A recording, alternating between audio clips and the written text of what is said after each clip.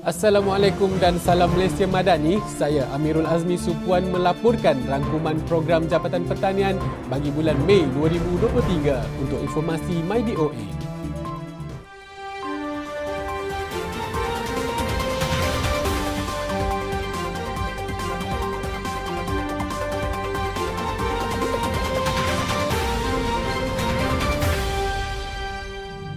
Glide Sendirian Berhad melalui Fahmi Vertical Farm telah melaksanakan projek penanaman sayuran menggunakan teknologi internet kebendaan IoT dengan mengeluarkan sayuran jenis kale dan basil.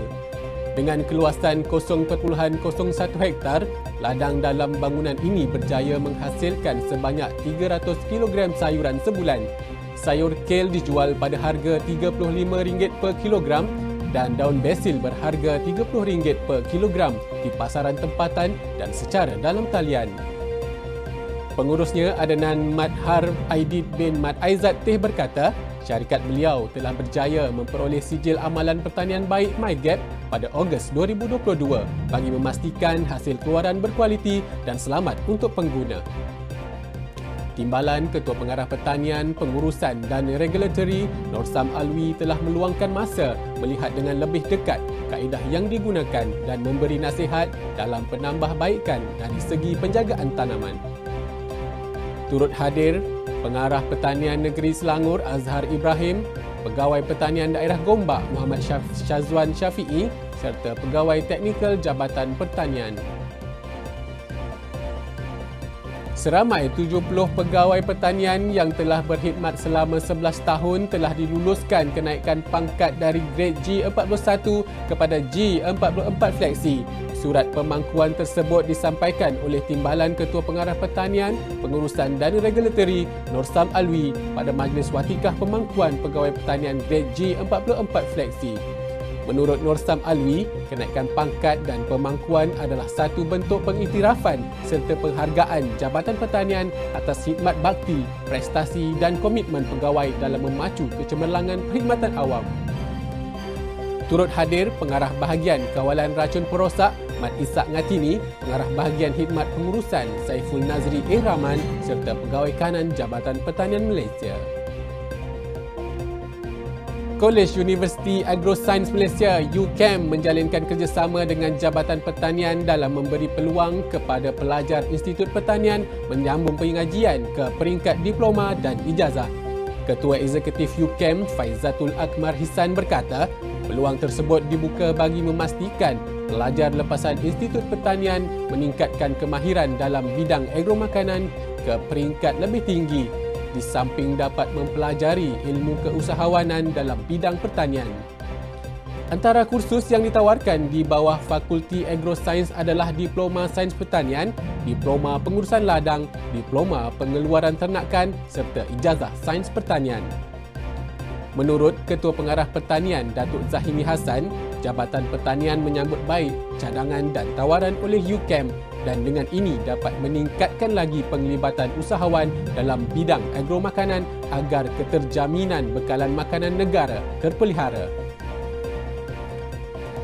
Sempena World OSH Day dan Hari Pekerja 2023, Jawatan Kuasa Keselamatan dan Kesihatan Pekerjaan Jabatan Pertanian telah menganjurkan kempen Jom Naik Turun Tangga.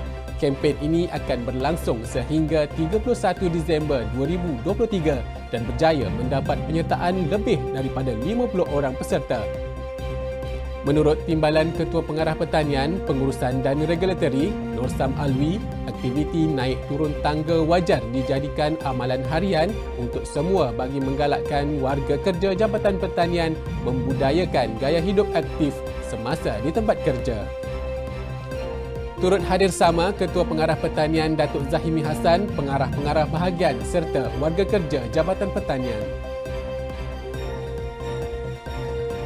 Sambutan Hari Keselamatan dan Kesihatan Sedunia pada 28 April setiap tahun bertujuan untuk memperingati mangsa yang terlibat dalam kemalangan dan penyakit pekerjaan di tempat kerja.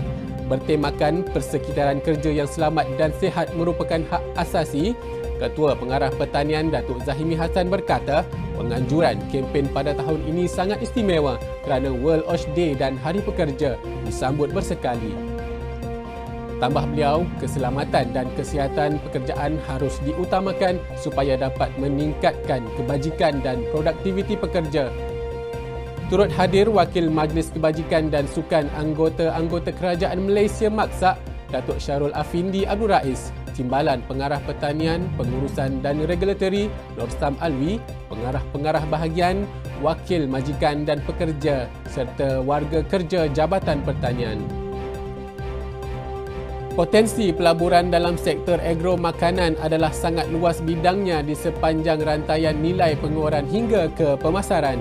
Menurut Datuk Seri Haji Muhammad Sabu, Menteri Pertanian dan Keterjaminan Makanan, kerajaan komited membangunkan sektor agro makanan negara dengan mengutamakan kemandirian pengeluaran makanan tempatan melalui automasi dan pendigitalan serta menggalakkan pelaburan swasta berasaskan pertanian berskala besar, antara lain melalui penyediaan insentif, tanah, pembiayaan dan geran teknologi.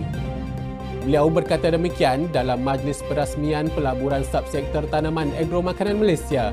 Teks ucapan beliau dibacakan oleh Timbalan Menteri Pertanian dan Keterjaminan Makanan, Chan Fung Hin.